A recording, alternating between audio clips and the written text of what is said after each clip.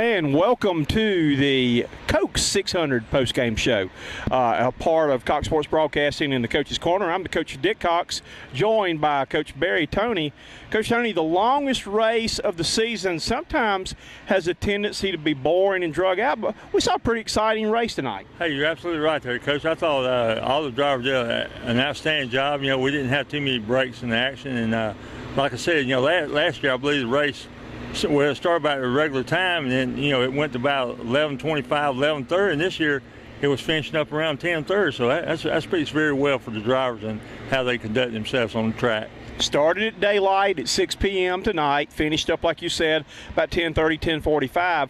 Early in the race, all of the Danica Patrick fans got to see a little excitement. Danica came out, started third tonight, though, passed, I think, the second place car, ran second for a while, looked strong in the race, but her car faded and ended up being in a couple of accidents that put her out of the race. Yeah, you're absolutely right there, Coach. One thing, I haven't been to as many races as you have, but one thing I do notice about these races, a race is more of an endurance versus a sprint.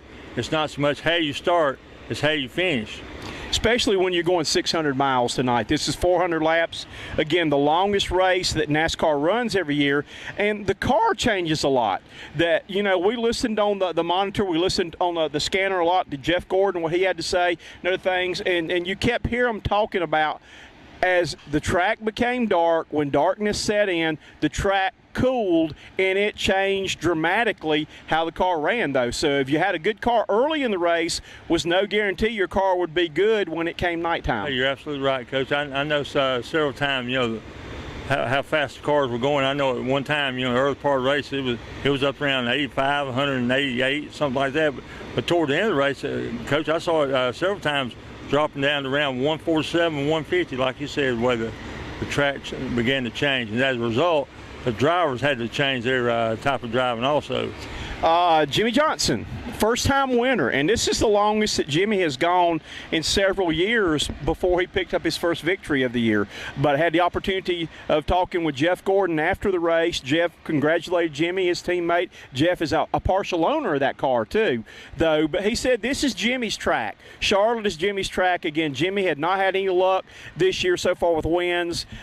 This is where he drives best, and I tell you what, he had the car to beat. He won the pole position. His car ran up front or in the top 5 all night long. Hey, you're absolutely right there, Coach. And I'm amazed at how fast these cars get around the track. Cause I counted the amount of seconds it took once we hit that first lap and come around. It was like about 25 seconds. They were literally flying around this track. Again, I have driven this track before with my top down and my in-car cam going 120 around here, and you know, qualifying speed was 193. There are parts of this track that you get up probably over 200 miles an hour. I've said, you know, that's remarkable. I think that's too fast for Charlotte, but they find a way to get it done. And, you know, we had very few wrecks, really no big wrecks tonight. Hey, you're absolutely right, Coach. And I attribute that to, you know, the driver's knowledge of the track. You know, just like other sports, you know, you have certain knowledge of certain fields you play and places that you go. And I'm sure here at Charlotte, the racers, the drivers, they know what they can do and what they can't do. Another driver who drove well tonight, a lot of people didn't know if he would even be in the race tonight because he had back problems, back spasms yesterday. Jeff Gordon had a strong car tonight, drove really well. He started out in practice, had to park the car after a short amount of time to try to conserve his back for today, though. But the 24 car actually ran well tonight, too. Hey, you're absolutely right, because every time you could look up there at the scoreboard, per se, he was always up there in and around the top there, so you got to give those credit. And most of those, you know, like your 48, 4, and 24, coming down the stretch, hey, they were nip and tuck. And again, Gordon's car was good on long runs tonight, though. He took a gamble, and it was going to pay off for him.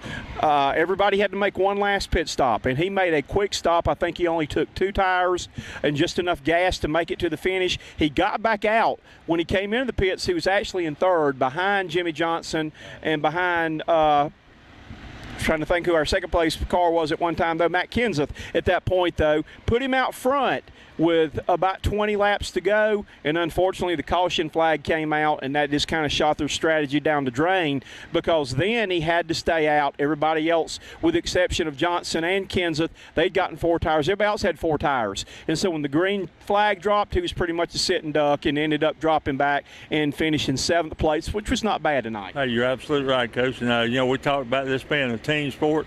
Hey, and in the epitome, it certainly is, because I saw several times when they came in for pit road to make some tire change, also refuel up there on the gasoline. About 15 seconds was the norm there, Coach. Hey, that's outstanding. Do you know of any place where you can go and get tires changed and get filled up in 15 seconds? I can't even get out of the car in 15 seconds to pump my own gas, let alone get 4 tires and 19 gallons of gas and get my grill cleaned off and my windshield. And maybe if I'm thirsty, get a Coca-Cola. It takes me longer than that to get out of the car. Hey, you're absolutely right, Coach. Team effort, and, the crew chief, those people that are sitting up there analyzing every lap and all, certainly play a vital role in Johnson's win tonight. 2 cars that have had a good week or a good 10 days here at Charlotte, where your second place car, Kevin Harvick, who the number 4 car ran strong tonight, made a strong move, but just didn't have anything for Johnson at the end. And let's give a call out to, or shout out to, our 5th place car, Jamie McMurray, the $1 million man who won the $1 million last week in the All-Star race, was able to follow it up with a 5th place finish tonight too, though. So, he won $1 million last week. He didn't win $1 million this week, though, but I know they got to be pleased with the momentum they had. That's 2 outstanding performances that they had during the 10 days that they have been here at Charlotte. Hey, absolutely, Coach.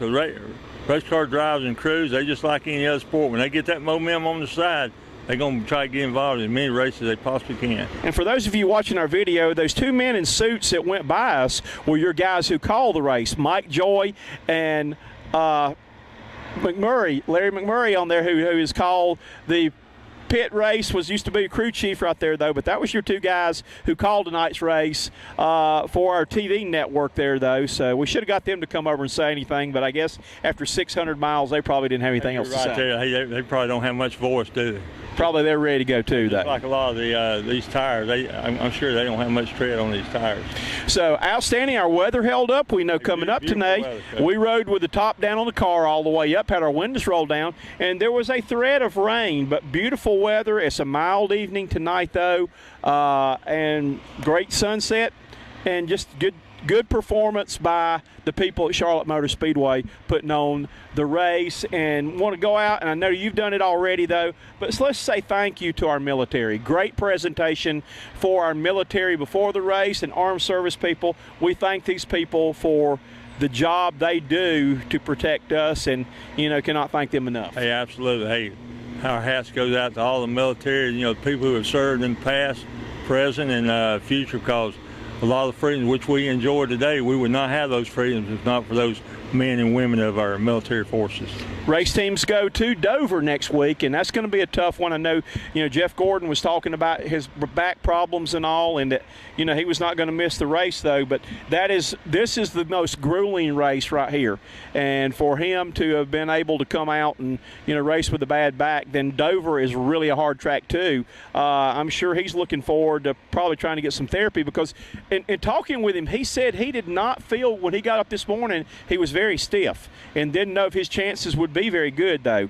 But he went through treatment and therapy and was able to get in the car, and he said having a good car, it helps you feel better where your back doesn't bother you quite as much. Hey, you're right there, Coach. Just like in all sports, and these race car drivers are certainly athletes on the tracks and all, and you got to have those map skills. You got to have the mental and physical toughness, which I applaud all the drivers that were involved in this race by having.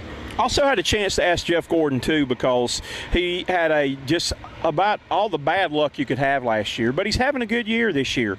And, he's been competitive in every race. What has been the big key this year? And he said his team has really hung in there, that they've rallied. His pit crew has given him good pit service. His crew chief said he gave him a chance to win tonight. The caution kind of messed it up, though, but, attributed that to the team has really worked well together and had things clicking, and that's, been able to produce the good runs they've had this year. You're absolutely right, and I often use that acronym team. Together, everyone achieves more.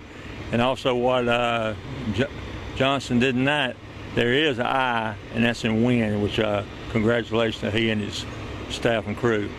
Want to say one more person is probably going to sleep well tonight, and that is Kurt Busch. Kurt Busch finished 6th in the Indianapolis 500, hopped the plane, flew down here.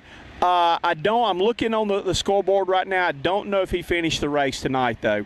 But that is an achievement right there to be able to have run that well. For the first time, he was a rookie at Indianapolis. Absolutely. Flew down here, which is travel time, and then driving the track tonight, though. That, courageous effort right there, though, for him to be able to do that, though. That would have been some task going 1,100 miles in one day. Coach, I tell you what, if he finished 6th at the Indianapolis 500, I bet he got a pretty good paycheck on that, too. So he did there. I think I've had some wild drives. How far was it to Gainesville, Florida and back? Well, Coach, we figured out maybe about 1,000 miles. Okay, well, I know how it feels. I drove to Gainesville, Florida and back a few miles, Coach, to see the Gamecocks play Florida. Did it all without. I was up for 26 straight hours, so I kind of know how he feels a little bit on. But I wasn't going anywhere near as fast as he was. Hey, you're absolutely right. I tell you what, Coach, 600 miles is a long ways. I'll tell you that right now. Well, we see the Roush Fenway wagon is passing by. They're starting to pack up all the trucks. All the cars are on the lifts going up. They're starting to pack it up until October, and we'll be back again October when the Bank of America 500 comes to town, though. Coach Toney, final thoughts on tonight's race? Well, I certainly enjoyed it, Coach. I appreciate having the opportunity to come here. It's one of my favorite NASCAR sites. This is my second one, and, Coach, it gets better and better, and I appreciate having the opportunity. And I tell you what, racing is a team sport. You can tell it in the stands as well as on that track right there. I was very well pleased with the conduct of everyone there, with good sportsmanship, and everybody's out to get that prize. But like everything else there, Coach, only one can get it, and our hats off to Jimmy Johnson and his crew. So Jimmy Johnson is the winner. You run the race to win, though. And again, NASCAR will be moving on. New winner again tonight. They've had, I can't remember how many new winners this year so far, but another new winner in NASCAR. Jimmy Johnson will punch his ticket now for the chase at the end of the year, though. But again, we want to thank the people at Charlotte Motor Speedway for their hospitality for the last 2 weekends. Really have enjoyed here. Great track, great place to come. I look forward to coming back in October. Hey, that'll be a great time there, Coach. And also, there'll be some other things happening in October, too. You know what's going to be taking place. Be a lot of pigskin ball. A lot of things going on, though. But we wish all the drivers the best of luck. Coach Toney, it's time for gentlemen us start our engines, and we're heading back to Spartanburg. A happy Memorial Day. Have a safe Memorial Day to everybody out there. But let's remember while we celebrate the people that have gone and fought the battle for us, the heroes that never got to come back home, and all of the families of the people that have been a part of this that make our country what it is. Absolutely, and I second that motion there, Coach. You're absolutely right. Good night, everybody. Good night.